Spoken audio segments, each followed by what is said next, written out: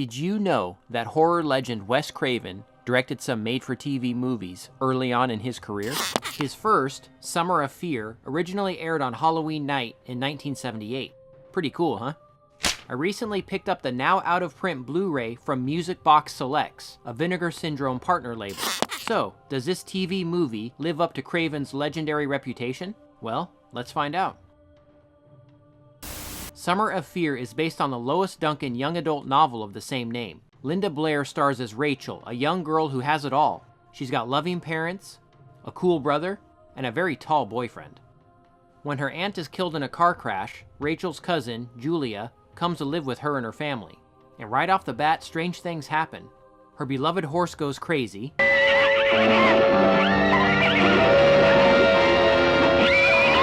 Her family starts acting strange, and she suspects that her cousin Julia just might be practicing witchcraft.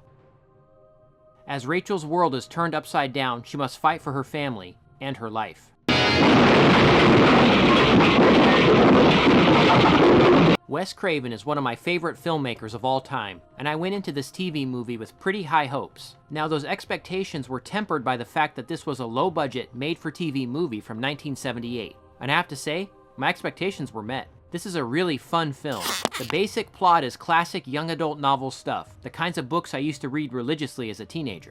Author Lois Duncan would have many of her novels adapted for the screen, including I Know What You Did Last Summer, and the criminally underrated Killing Mr. Griffin. Seriously, when is that 1997 TV movie going to get a Blu-ray release? The legendary Linda Blair gives a great performance here and is very likable as our lead. In fact, the whole cast is great, and we have lots of familiar faces, including a young Fran Drescher, probably best known for the 90s sitcom The Nanny. Lee Purcell does a great job as the evil cousin, and you just want to strangle her by the end of this. The film is very well directed by Craven, who does his best to elevate the material above the typical tame TV movie standards of the time. Many of Craven's films deal with a broken family or the family unit under attack. He himself came from a broken home, so it's fascinating watching this theme in so many of his movies. Summer of Fear has that aspect front and center, and the most effective scenes have Julia slowly but surely destroying the family unit. That's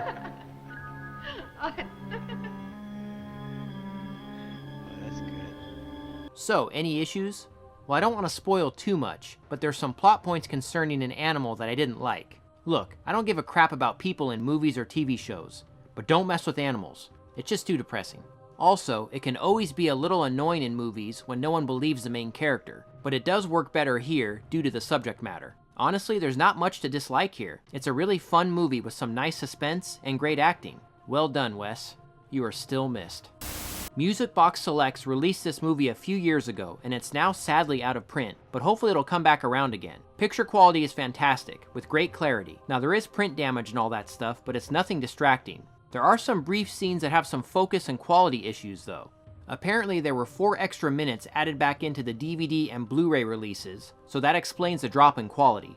But again, it's not too distracting. And I'd rather have that extra footage in there to give us the most complete version of the film possible, even if it's not quite reference quality. This release came with a thick cardboard slipcover with newly created art, and it looks fantastic. The cover features alternate art. We've got a few special features here. There's a commentary track with Wes Craven, a trailer, and a nice interview with star Linda Blair. She goes over her experience making the film and her memories of working with Wes Craven and the cast. Summer of Fear is an excellent little TV movie and absolutely belongs in every Craven fan's collection. If you can find this on Blu-ray or DVD, I highly recommend picking it up.